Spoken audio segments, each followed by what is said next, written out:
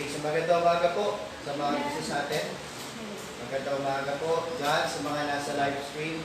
Magandang umaga sa inyo.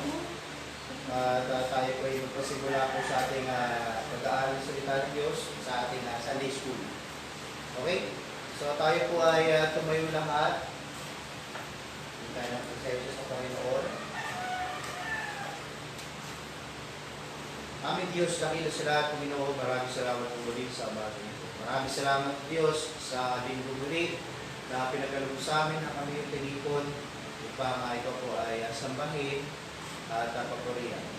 Diyos, maraming salamat din, Panginoon, sa kapahinahan, kalakasan na aming natamo sa araw na ito at maging sa presensya po ng bawat isa, Panginoon. At maging sa mga kapatiran na aming kapili via live stream ay sila pagpalain ng Panginoon. Darahin ko po, Diyos, kami yung puspusan ng Banal na Espiritu sa aming pagpapatuloy sa umaga nito at ikaw po magbigay sa amin ng karunungan at kaalaman at pangunawa, Diyos, sa iyong salita upang magkaroon po ng karagdagang kaalaman sa bawat isa sa amin, Diyos. Maraming salamat, Panginoon, at patawad po, Diyos, sa aming mga pagkakasala ng kampanan sa inyong harapan. Lahat ay manalangin sa pangalan ni Jesus. Amen. Okay po, tayo may makakaupo na. So, atin pong talakayin ng kapatid. Lahat po tayo dito ligtas. Ngayon, tama? Lahat tayo rito ligtas. At ang lahat sa atin dito, meron pong tangan-tangan na salvation. The testimony of salvation. So, kung tayo po ay tatanungin lahat, meron po tayong mga kanya-kanya mga testimony kung paano po natin natanggap yung mensahe o yung kaligtasan na pinagkakaloob sa atin ng Panginoon. At sa pagkakataon nito, tingnan po natin mga kapatid at balikan natin, refresh natin, isisayin natin, ano yung kahalagahan ng testimony natin? Bakit mahalaga yung testimony natin? Ano? Hindi po pwedeng kalimutan natin yung testimony natin, paano tayo naligtas, paano tayo tumanggap sa Panginoon. Diba yung tinatawag natin kung kayo nagsusulatan na yung what, when, where. O diba? O yung who. Yung sinasabing 5W, 1H. Diba? Nagsusulat ka sister, diba? Yung ginagamit na pattern sa pagsusulat yun. Ano, upang masagot o mabigay yung mga kaukulang informasyon doon sa ibig mong ihayag. Gawin din po sa ating patotoo bilang isang mananampalataya. Ano? So, ibig ko po buksan natin ang ating mga Biblia sa Luke chapter 18. Luke chapter 18 verse 35 hanggang 43. So, Luke chapter 18 verse 35 hanggang 43. So, noong pinagaling ng Panginoong Jesucristo si Bartimaeus. Ano? Noong pinagaling po. Makikita natin dito, ito po yung condition natin bilang isang unbeliever noon. Ano? Kaya tanong nga, di ba? Sino dito natatandaan nyo pa ba kung paano kayo naligtas? Natatandaan nyo pa? Ano? Kaya mga kapatid, dapat hindi natin kalimutan. Ano? Sagutin natin yung mga tanong. Ano? How, when, and where? Ano? Kaya ako sa patotoo ko, sa sobrang nabisado ko ng patotoo ko, nilagyan ko ito ng title na tarpaulin. Oo. Tarpaulin dahil sa pamamagitan ng tarpaulin na natatakpan ng mga baging na nakalabas lang doon sa maliit na tarpaulin is night high school. Night high school. So bibili lang ako ng soft drinks doon. Galing po ako ng auto. May kantin kami ni Ma'am C. Papunta ako ng Lourdes. May dala-dala akong kartilya. Pero during that time, sabi ko, gusto ko mag-working student. Sabi ko, saan kaya ang eskwelahan ako pwedeng makapasok ng habang nagtatrabaho ako, nag-aaral ako. 4th year high school ako nun. Napadaan ako dito sa malapit na sa Petron. Ngayon, commercial stalls na siya. Pero dati, yun ay talahiban. May nakalagay doon ng tarpaulin. At doon sa tarpaulin, nakalabas yung maliit na portion lang, night high school. So pagtingin ko, night high school, habang daladala ko yung kartilya na may mga case ng soft drink, kasi binaba ko yun, tinignan ko yung buong tarpaulin. Eksakto, pag sa pupuntahan ko para bumili ako ng soft drinks, nandoon yung Christian school na tinutukoy doon sa tarpaulin na nakita ko na nag-o-offer ng night high school. So hindi ko alam na itong Christian school na to ay Baptist Christian School na mayroong simbahan. Ang target ko lang doon, makapag-aral ako habang nagtatrabaho ko. Nagawa ko nga. Nakapag-aral ako habang nagtatrabaho ko. Pero hindi ko alam yun ang gagamitin ng Panginoon para ako ay gamitin ng Diyos para sa ministeryo. Pagkatapos noon, pero hindi rin naging madali ang lahat. Sinabi ko nga sa inyo, hindi ako naniniwala sa Biblia. Habang nagme-mensahe ang pastor doon ng eskwelahan, natutulog ako. Dahil ayoko ng Biblia, wala akong interest sa Biblia. Ang mensahe ng kaligtasan, 10 beses ko nang narinig, nakabisado ko na, pero wala pa akong kaligtasan. Kaya yung unang-unang aralin na natutunan ko sa Biblia, yung mensahe ng kaligtasan talaga. Kasi halos kada chapel hour, merong laging salvation, preaching lagi salvation, kung sino-sino pastor, kung sino-sino preacher, yun lagi tinuturo, iba-iba approach, iba-iba style. Pero sabi ko, yan pa rin yun. Iba-iba lang ang style. Pero dumating sa punto sa buhay ko, same message, the same style, same format, iba yung impact sa akin. Diba? So kaya may mga pagkakataon sa atin, how, when, where. Kasi kung paano natin tandaan yung araw na tayo po inaligtas, meron din po sa araw tayo ay pinanganak sa mundo. Kasi nga born again. Kaya every child of God should have a testimony of salvation. Bakit? Sapagkat ito pong testimony na to, marami pong nadadala sa atin. Basahin natin yung ating pong binuksan na versikulo in Luke chapter 18, verse 35 hanggang 43. Sabi po dyan mga kapatid, and it came to pass that as he was come nigh to Jericho, a certain blind man, tignan niyo po blind man, sat by the wayside begging. And hearing the multitude pass by, he asked what it meant. Diba? So kapag may dumadaan sa kanya, tinatanong niya, ano ito? Ano ito? Sino ito? So, may dumaan sa kanya nga pagdating sa verse 37, and they told him that Jesus of Nazareth passed by. Sabi ng mga tao, ang Panginoong Jesucristo, si Jesus dumaan. Dumaan. Diba, Jesus Nazareno. Jesus Nazareno ba? Jesus na taga Nazareno. O diba, taga Nazareth. In verse 38, sabi niya, and he cried, saying, Jesus, Thou Son of David, have mercy on me. Kagabi, topic natin, kung hindi tayo kinabagan ng Panginoon, wala tayo dito ngayon. Amen. The same dito mga kapatid, itong taong bulag na ito, si Bartimaeus, mga kapatid, sabi niya sa Panginoon, nung naalaman niya ang Panginoong Jesucristo dumaan sa kanya, sabi niya, Panginoon, makabag ka sa akin. Makabag ka sa akin. And they which went before, rebuke him, kasama ng Panginoon, nirebuke siya, ibig sabihin na nirebuke yung mga kapatid, pinatahimik. Kasi, imagine natin mga kapatid, isang taong bulag, na ang kanyang tanging pag-asa na lang, ang Panginoong Jesucristo na naalalaman niya na yun lang ang makatutulong sa kanya, yan lang ang pag-asa niya, wala nang ibang pag-asa. Mga kapatid, sabi natin, ang Panginoon na lang ang pag-asa natin, hindi po mali po yung pagkakasabi natin. Sapagkat si Kristo lang ang pag-asa, hindi yung siya lang ang pag-asa natin.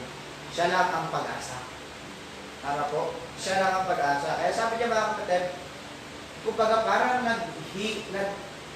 pinilit niya na talaga sa sarili niya, Lord, sabi niya, Jesus, makapag ka sa akin. Kung alam natin na si Kristo lang ang makapagbibigay sa atin, o siya ang pag-asa natin mga kapatid, talagang pipilitin mo. Pipilitin natin mapalapit sa Panginoon. Kaya nangyari, yung mga kasama ng ating Panginoon dito is, sabi diyan, rebuke him. Ibig sabihin ng rebuke, try to silence. Pinakalma. Pinatahimik. That he should hold his peace, but he cried so much the more, Thou Son of David, have mercy on me. Inulit niya ulit. Kumbaga nagpumiglas siya, sabi niya, Thou Son of David, makabag ka sa akin. Bulag yan. Hindi niya nakikita, pero sinabi ng mga tao, si Jesus yung napadaan sa iyo. So habang napadaan ng Panginoon sa kanya, sabi niya rito ngayon mga kapatid, in verse 40, and Jesus stood. Ibig sabihin, huminto. Narinig ng Panginoon yung pagdaing, yung hinaing nitong taong bulag nito, and commanded him to be brought unto him. Ano? Sabi sa mga kasama niya, dalhin niyo sa akin. And when he was come near, he asked him, ano? Saying, What wilt thou that I shall do unto thee? Ano dapat kong gawin sa iyo? And he said, Lord, that I may receive my sight. And Jesus said unto him, Receive ye thy sight. Ano po ang nagbigay sa kanya ng kagalingan na sinasabi ng Panginoon? Thy faith hath saved thee. And in verse 43, and immediately he received his sight and followed him, glorifying God, and all the people, when they saw it, gave praise unto God. See? So, makikita natin mga kapatid, nung pinagaling siya dito, eksakto po, kung ano po yung naging sitwasyon ng taong bulag na ito, siya rin pong naging sitwasyon natin dati. Ano po? Siya rin pong naging sitwasyon natin dati. So, kaya po napakahalaga po ng patutuo natin. Alam nyo, sabi rito sa verse 43, and immediately he received his sight and followed him. Nung natanggap na ng bulag, yung kanyang paningin, immediately, etong pinagaling niyang to, naging tagasunod ni Kristo. Naging tagasunod ng ating Panginoon.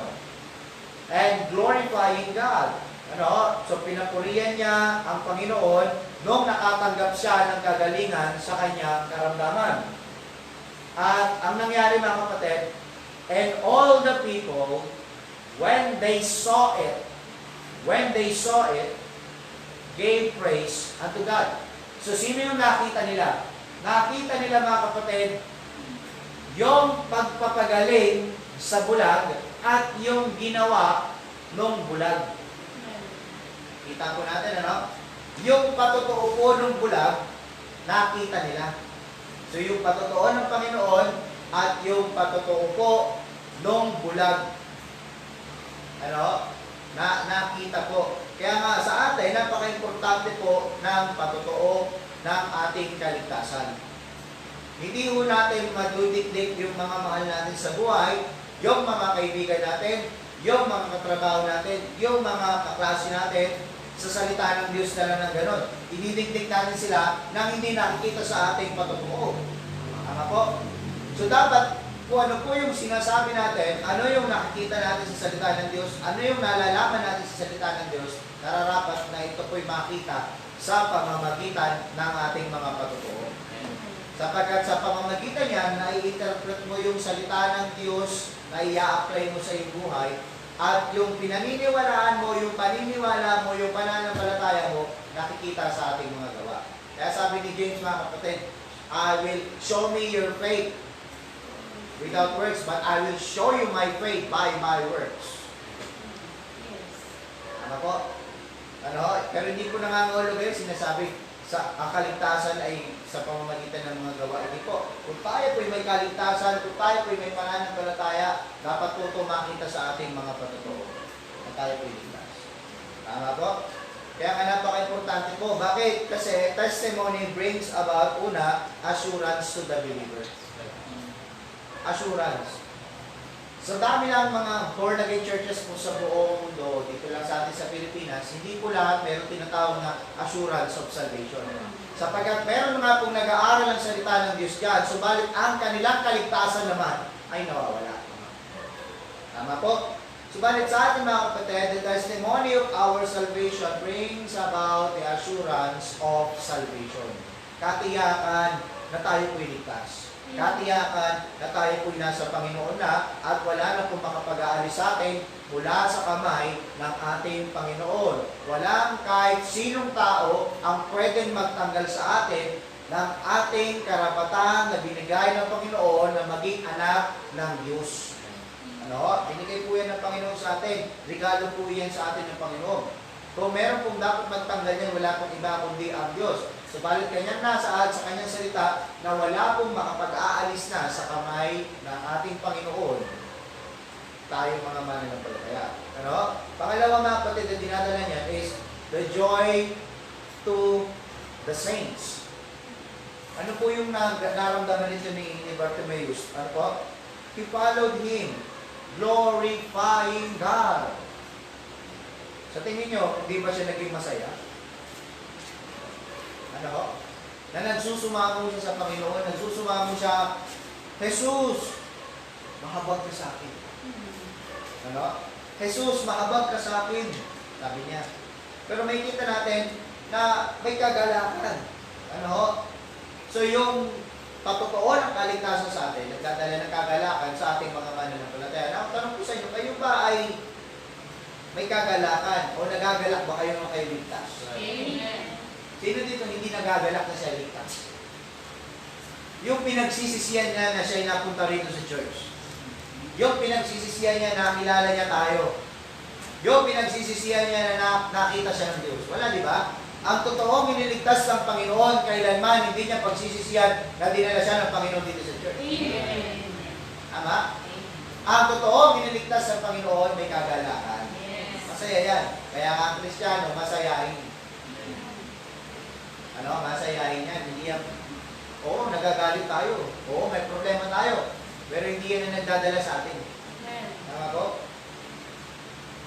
At pangatlo mga kapatid is it brings about the way of salvation to the lost. Witness. Ano? The way of salvation to the lost. Alam, na-update na po ba kayo sa sa nanay ni Manny Pacquiao?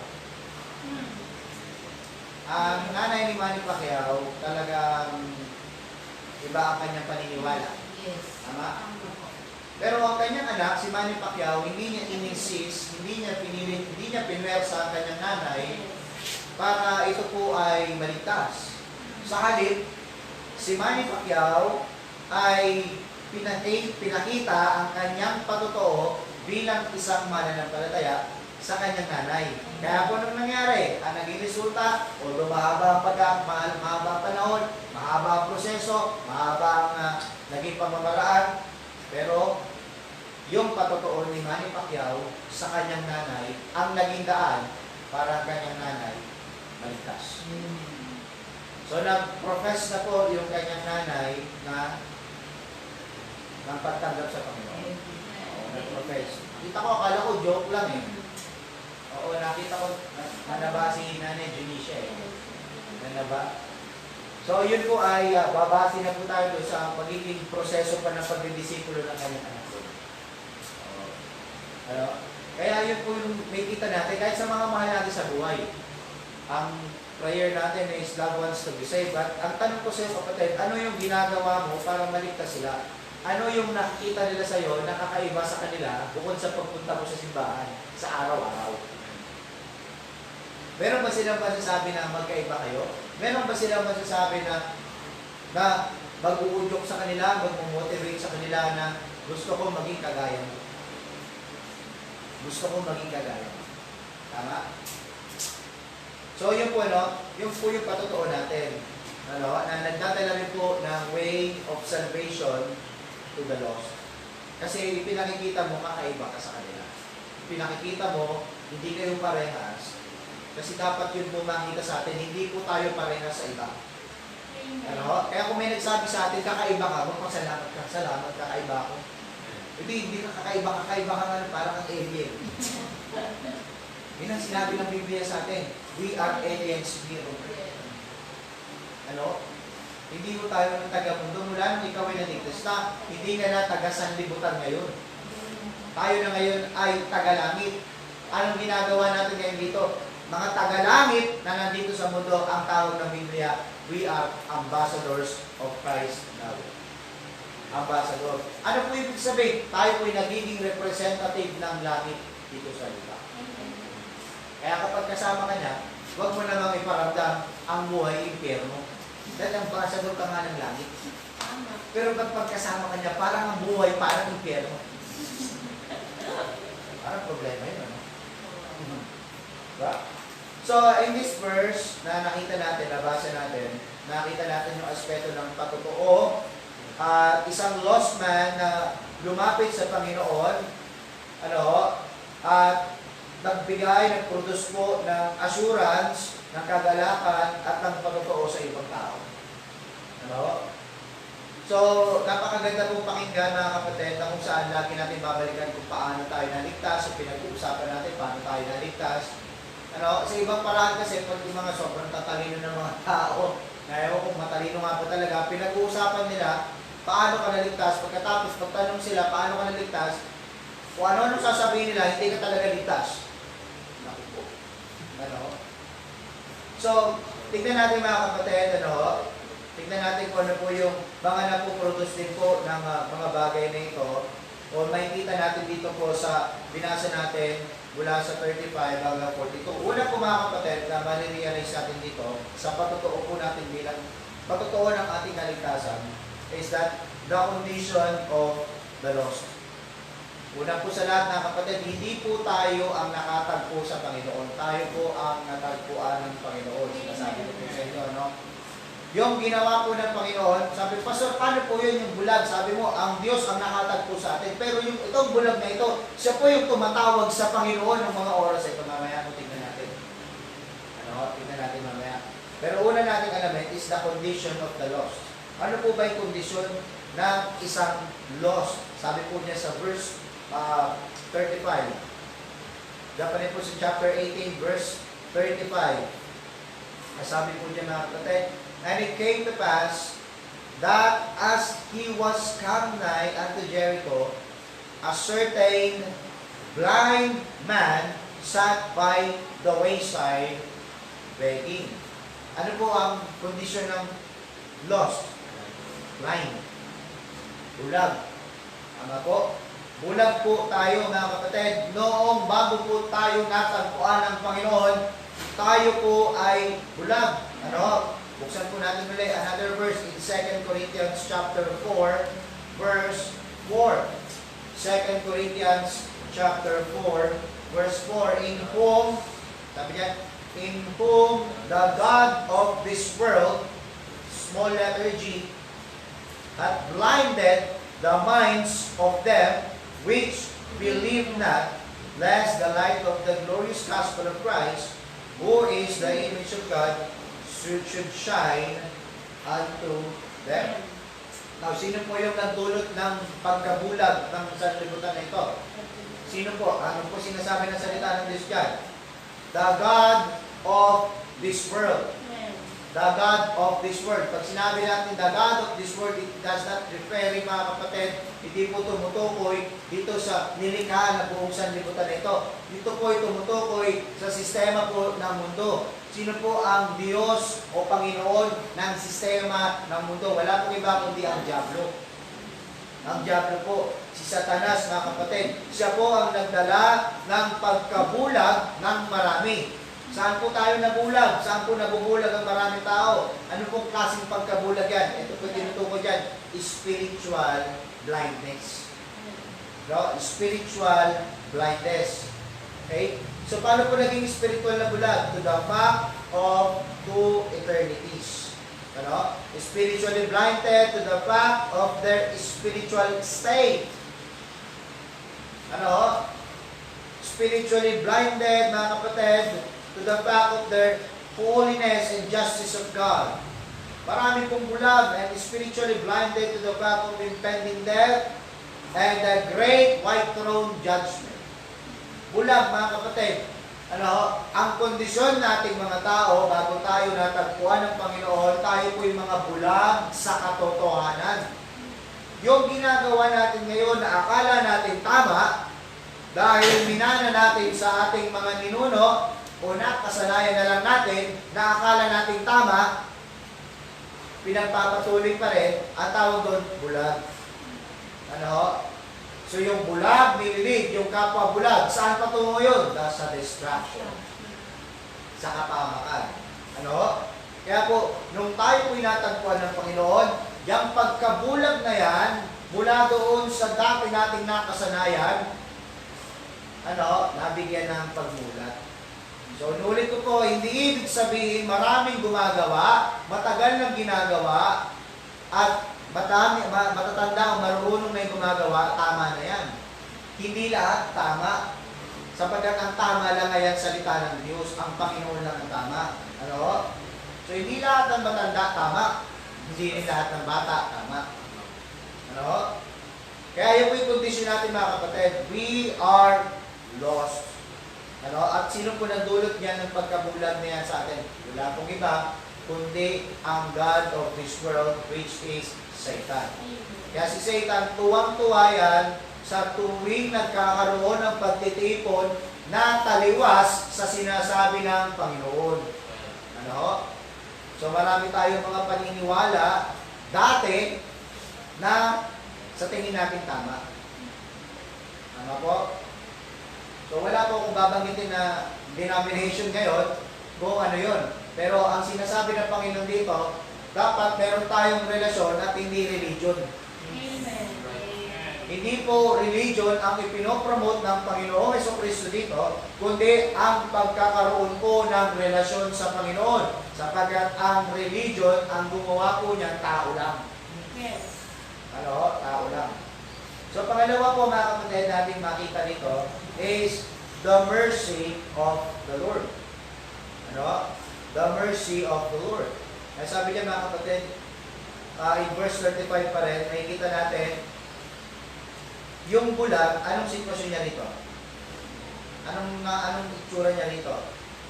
Nakaupo. O sabi natin, sat by the wayside, begging. Tama?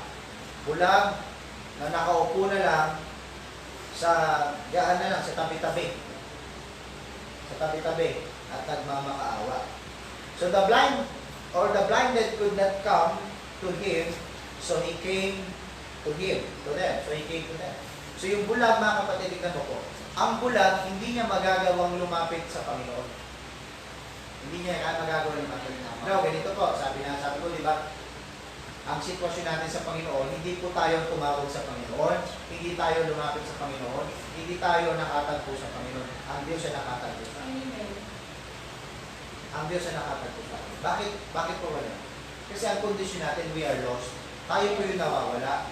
Ano ba yung kondisyon natin? We are blind. Hindi natin nakikita. Kaya mga kapatid, sa sitwasyon na ito, dahil hindi mo magawa ng bulag na lumapit, ang Diyos ang lumapit. So, paano paraan siya lumapit? No? Lumapit siya mga kapatid. Narinig niya, narinig niya, yung pagsamo, nakita niya. Alam niya yung sitwasyon eh. So, tingin mo ba, dadaan din ng Panginoon kung hindi niya alam na meron siyang magagawa doon ng miracle? So, kung ang tingin na lang natin gano'n, hindi, baka aksidente na napadaan. So, aksidente lang na nakilala mo, Panginoon. Wala pong aksidente sa pagkakaligtas sa atin. Wala pong aksidente. Sa tingin, aksidente na napadaan ng Panginoon doon. Hindi po aksidente yun. Yun po ay planado. Yun po ay nakatala, mga kapatid. So, mga kapatid, napaka-importante po sa ating mga makasalanan na ma-realize natin na ang pagmamahal po ng Diyos at ang kahabagan po ng ating Panginoon. Diba? So, itong bulag na ito, hindi niya makita ang Panginoon. Hindi niya makita yung daanan. Hindi niya makita. Pero ano meron siya? Yung realization, mga kapatid, na kailangan niya ang Panginoong Jesucristo. Yung realization na kailangan niya po yung habag ng Panginoon, na kung hindi po dahil sa habag ng Panginoon, at kung hindi po dahil sa naging habag ng Panginoon sa kanya, hindi siya magagaling. Kaya ano po yung sinisigaw nitong bulag? Ano po yung sinisigaw ng bulag? Sabi niya, Jesus, thou Son of David, have mercy on me. Have mercy on me. Tayo po mga kapatid, we are sinners saved by grace. Hinahabagan lang tayo ng Panginoon. kinahabagan lang tayo ng Panginoon. Bakit tayo nandito ngayon? Sapagkat kinahabagan tayo ng Panginoon. Kaya kung iisipin natin, kung hindi dahil sa habag ng Panginoon, wala tayo dito ngayon, ano yung magiging lisensya natin para manlabig tayo sa Panginoon? Tama? Masabi natin ngayon, ano ang meron doon sa tumatalikod sa Panginoon na kinahabagan na ng Panginoon? Wala tayong utang na loob. Para tayo walang utang na loob. Ano ho? Kaya, nakikita natin yung habag ng ating Panginoon. So, kagabi yan po tinalakay natin, God's mercy. Amen. Kung hindi po dahil sa habag ng Panginoon, wala po tayong kaligtasan ngayon. Tama po? Wala tayo ngayon dito. So, pangatlo po mga kapatid, na makikita natin dito sa versikulo natin binasa. Nakita natin yung kondisyon ng lost. Tayo bulag. Dahil hindi nga natin makita ang Panginoon, hindi natin makita, even yung daanan, yung pamamaraan ng Panginoon, doon tayo bulag. At bakit tayo bulag? Kasi binulag tayo ng maling mga paniniwala sa ating paligid na daladala ng ating kalaban na Diablo. Yan po gusto ng ni Satanas, ang bulagin tayo, ang patuloy na kumilos, lumakad ng walang direksyon. Kaya kahit ang Biblia ay patuloy na sinisira. At nakita natin dyan yung habag ng Panginoon. Na na-realize natin mga kapatid na kung hindi po sa kahabagan ng ating Panginoon, yung bulag, hindi niya nakikita personally ang Panginoon. Hindi niya nakita yan. Pero nandoon yung realization na kailangan niya ng habag ng Panginoon. Pangatlo is the opportunity of salvation. The opportunity of salvation, mga kapatid. In verse 37.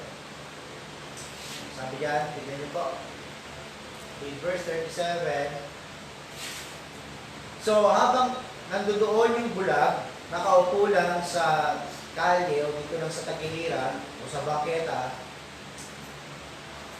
naririnig niya mga kapatid ang multitude na dumadaan.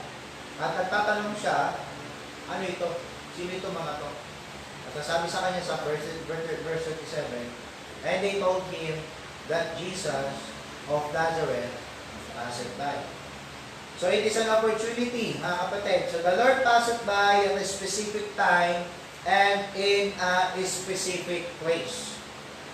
Nung tayo po inatagpuan ng Panginoon, natagpuan niya tayo na meron pong specific time at specific place.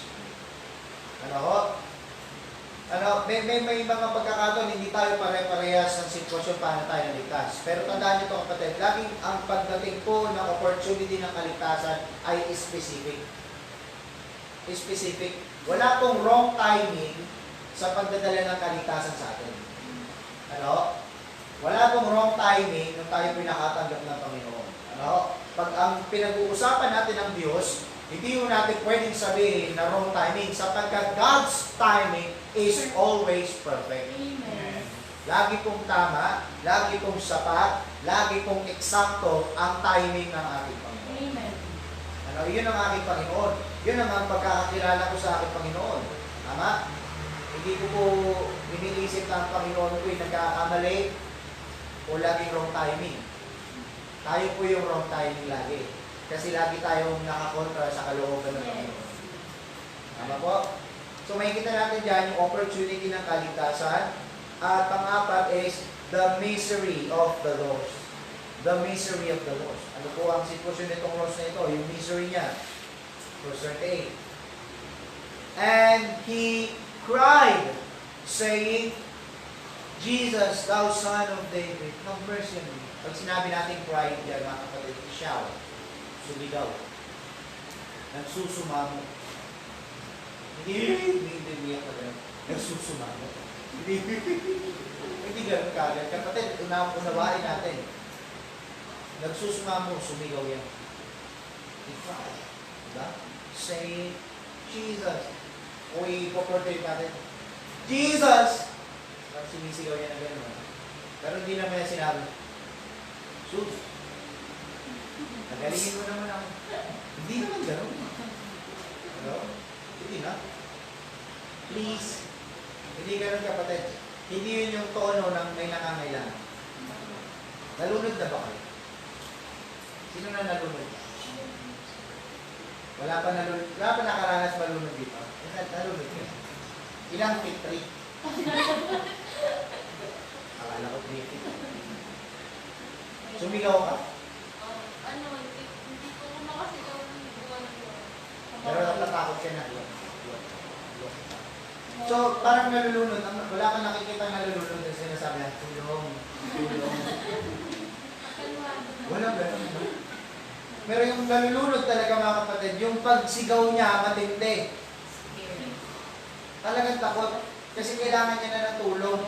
Gusto niyang makuha yung attention. Ngayon, dito sa bulag na to, the misery of this lost person, mga kapatid, hindi niya po nakikita ang Panginoon, hindi niya alam kung gaano kalayo ang Panginoon, wala siyang alam, wala siyang ideya gaano kalayo, gaano kalapit ang Panginoon. Basta ang kanyang pagtugon, ang kanyang pagsumamo, isisigaw niya, kahit malayo ka, malapit ka, basta kailangan kong malaman mo, kailangan kong sigaw to, Lord, kakabagan mo ako.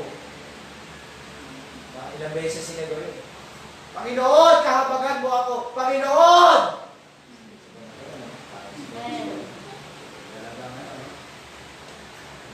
Uy, katabi mo lang ako. Hindi ko alam, bulag kasi ako. Pag tinignan niya, sorry bulag kasi ako. May bulag pa na humaharap sa'yo. So ano po sinabi niya? He cried out. Diba? Hindi natin alam kung gaano kahaba, kung gaano kalakas, pero he cried out. Ano?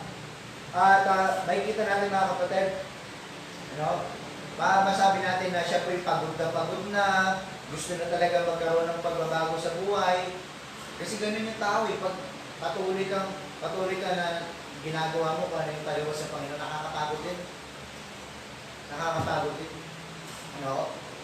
Lalo ma-realize mo na nung wala ka sa Panginoon, mas mahirap. O nung walang Panginoon, mas mahirap. Kaya nga po yung patutuo natin, napaka-importante. Alam niyo bakit?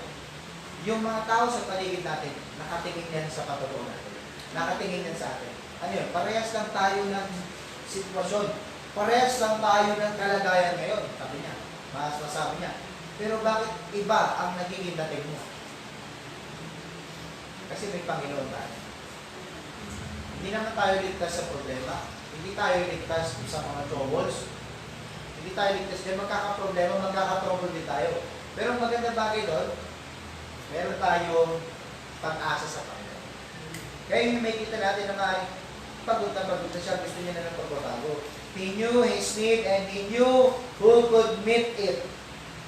Alam niya, nakita niya ngayon sino kailangan niya, nakita niya na ngayon sino dapat niya makatagpo. Ganito po ang tao, pag problemado na, sa Panginoon na lumalapit. Pero pag walang problema, di naaalala ang Panginoon. Ano? So, ang mangyayari, lagi na lang tayo may problema kasi sa tuwing may problema tayo, nakakaalala tayo sa Panginoon. Ano? Ito po ay tumutukoy din kahit sa ating mga mananampalataya. Ano? Minsan, kapag may problema na lang tayo, saka na lang tayo luluhod at iiyak sa Panginoon. Pero yung mga panahon na wala tayong pinagdadaanan, hindi tayo makaluhod sa Panginoon. Ano? So, tandaan niyo po, sinners will never be saved until they become miserably lost and see their need to be saved. Hindi mo maliligtas siya kung hindi niya ma-realize, makikita yung kanyang sitwasyon bilang lost at hindi niya makikita yung pangangailangan niya na maligtas at ng tagapagligtas. Kaya yun po yung inihahatid natin mga kapatid sa mga tao. Hindi natin tinatakot. Sabi natin, pag ikaw hindi ka tumanggap sa Panginoon maligtas, hindi ka maligtas, pag namatay ka, diretso ka impyerno. Totoo yun. Pero papayag pa kayo, yung sinera natin, tumanggap sa Panginoon dahil sa takot. At hindi dahil sa na-realize niya yung pangangailangan niya ng tagapagligtas. Because na-realize niyo, kailangan niya tagapagligtas. Kasi nga, di ba, may impyerno. Ando na tayo, may impyerno.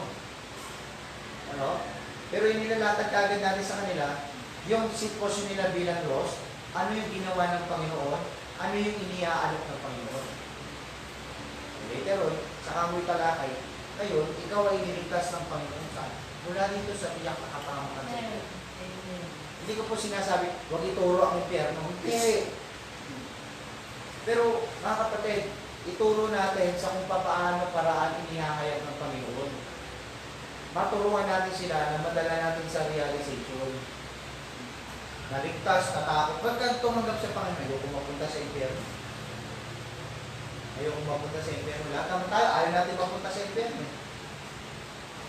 Pero hindi po yan ang pinaka-point of view bakit ka tumanggap dapat. Tumanggap ka sa Panginoon kasi na-realize mo kailangan mo sa Kristo. Na-realize mo yung pangangailangan mo kay Kristo. Kaya ngayon, pagkaan ng panahon, papasalamat ka sapagkat hindi natin alam kung saan bagay tayo umiligtas pa ng Panginoon. Nagpapasalamat ako sa Panginoon kasi kung hindi tayo sa Panginoon, marahil nasa kapahamakan natin. Tama po. Kasi kung sasabihin lang natin na gano'n, ay, nandyan ka lang pala kasi takot ka. Takot ako. Tatakot ako. Ang impyerno ay totoong lugar. Kahit hindi mo sabihin, may totoong lugar. Pero ang tanong, paano mo madadala, paano mo maaakay ang isang tao doon sa pagsisisi sa Panginoon? Dapat i-realize niya yung sitwasyon niya sa Panginoon. Hindi mo siya tatakutin, ibabahagi mo sa kanya ang magandang balita ginawa ng Panginoon sa buhay. Tama? Kasi marami nakakaalam sa Panginoong sa Kristo. Pero kakaunti ang nakakakilala sa Panginoong sa Kristo. Ano? Malaki po pagkakaiba ng pagkaalam at pagkakilala. Ano? Pag alam mo lang si Kristo, alam mo lang na si Kristo ay Diyos, alam mo lang na si Kristo po ay namatay, dinibing at muling nabuhay. Alam mo lang na siya ipinako sa krus. Alam mo lang yun. Alam mo lang na si Kristo ay anak ng Diyos. Alam mo lang. Oh, dahil kasama doon sa pagkaalam mo, kasi ang Panginoong Yesus, meron pong nanay. O, yun ang kasama sa pagkaalam mo. Kaya kapag hindi po tayo pakikinggan ni nanay, ng anak, doon tayo kay nanay, mas malakas si nanay kay anak. Yun ang pagkaalam. Pero hindi talaga kilala kung sino Panginoon. Ang Panginoon ay Diyos at tagapagligtas sa atin. Ano? Hindi tagapagligtas sa araw-araw. Iniligtas tayo mula sa tiyak na kapahamakan na nag-aagay sa atin. Yan po, Panginoon. Yan po pagkakilala natin sa Panginoon. Ano? Siya po yung Panginoon. At kung hindi po tayo sa Kanya, wala po tayo ngayon. Kung hindi po tayo sa Kanya, hindi po tayo ganito ngayon. Tama po? Siya po, no? At tayo, mga kapatid, sinners will never be saved until they become miserably lost and see their need to be saved. Hindi niya makikita, hindi niya maliligtas. Kung hindi niya makikita yung kanyang katayuan o sitwasyon na kailangan niya maligtas. Ano? Sunod na kapatid is the opposition of the multitudes. The opposition of the multitudes. In verse 39. Ano po ginawa ng mga kasama niya dito? And they which went before rebuked him that he should hold his peace. Diba? Ano pong nangyari? Nirebuke siya. Ano? So ano pong lesson na makikita natin dito? The world will do all that it can to hinder the salvation of the Lord. Ano tawag doon? Peer pressure. Ano? Peer pressure. Ano? So uncertain riches, the pleasures of sin for a season, and pride will stop a person from coming to Christ. Often, Satan will throw stumbling block. Ahadlangan, haharangan, mga kapatid, iuupo siya. Ayan po ang gawain ng Diablo. Yan po ang gawain ng kalaban natin, mga kapatid. Ano, gagawa po ng kaparaanan ang Diablo para mapigilan yung kaligtasan na yan.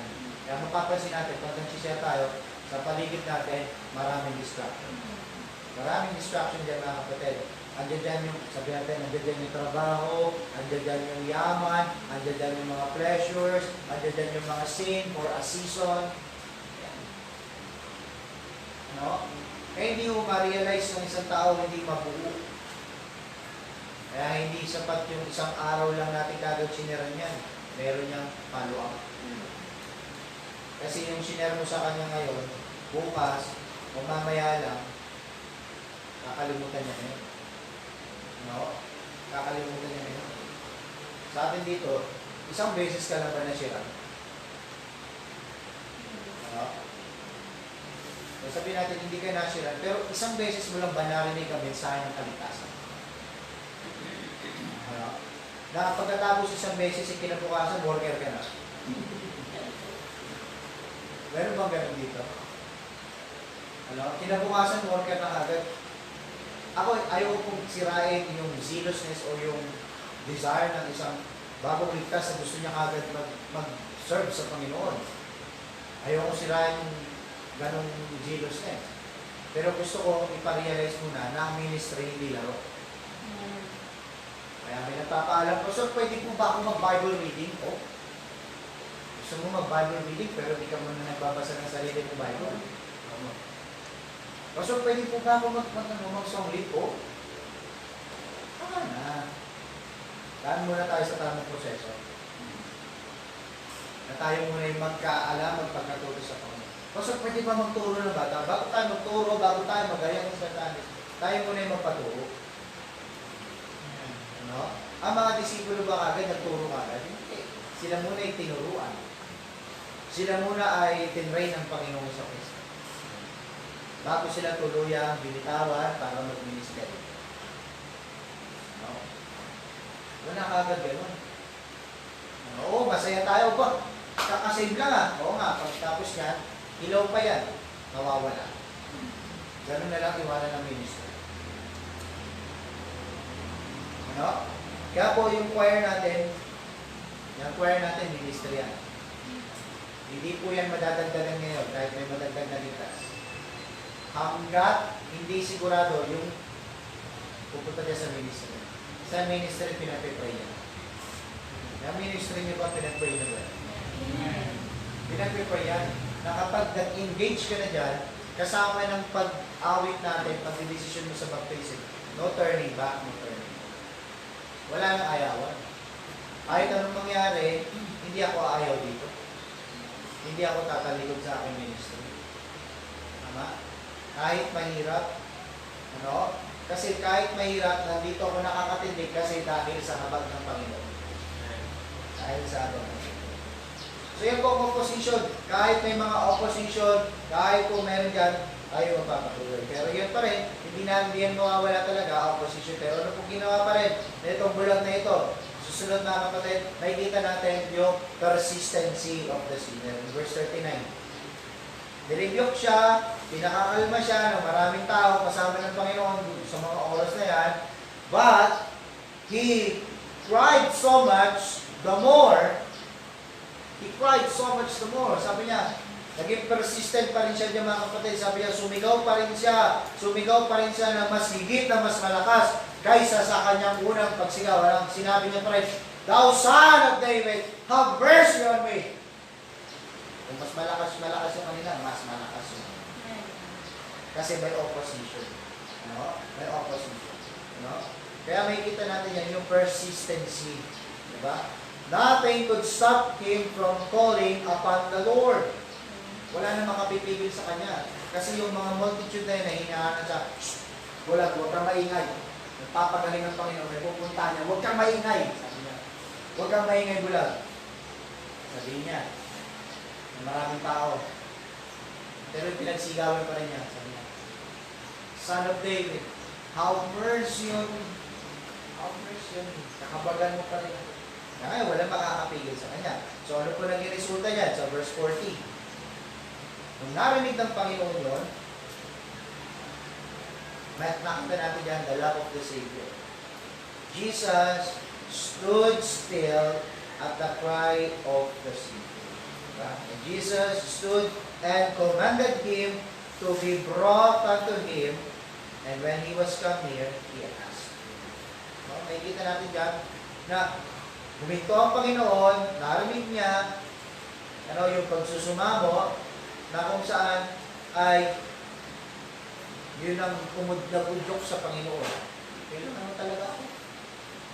Kailangan mo talaga. Kaya ngayon, tayo mga saints, ano po obligasyon natin? Susunod yan mga kapatid sa verse 40 pa rin.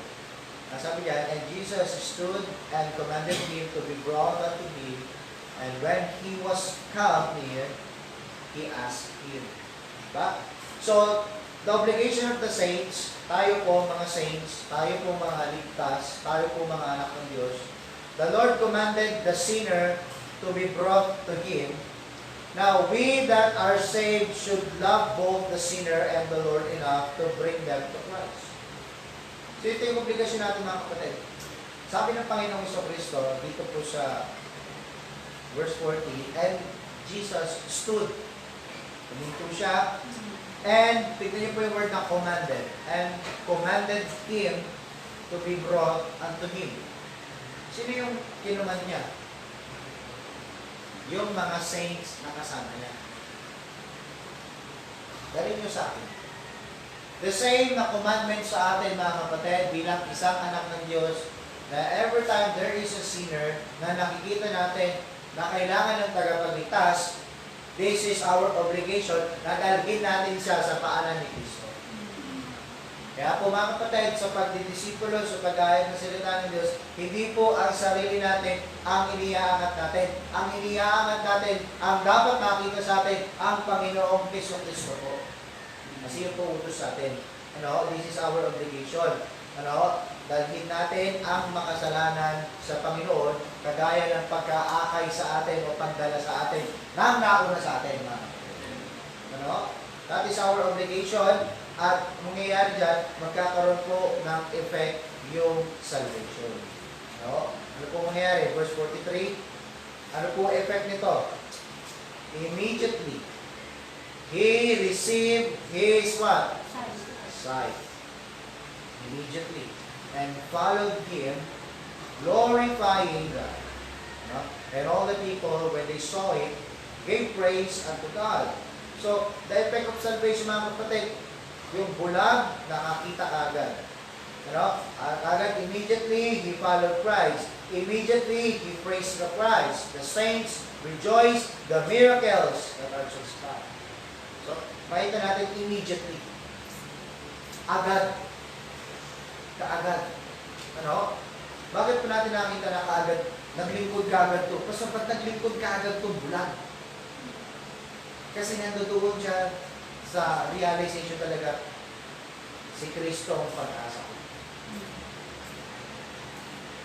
Nandoon siya sa stage na si Kristo na lang, ang Panginoon na lang ang makapagpapagalisa. Ang Panginoon ang siyang pag-asa, ang Panginoon ang siyang kailangan ko. Sa sitwasyon ko ngayon, ang Panginoon ang kailangan ko. Kaya po kahit yung presidente natin, ano sinasabi? Wala, ang Panginoon na lang, ang Diyos na lang ang makakatulong sa atin. Ganyan din po sinabi ng leader ng Italy, ang Diyos na lang. Nag-aantay na lang kami ng milagro ng Diyos.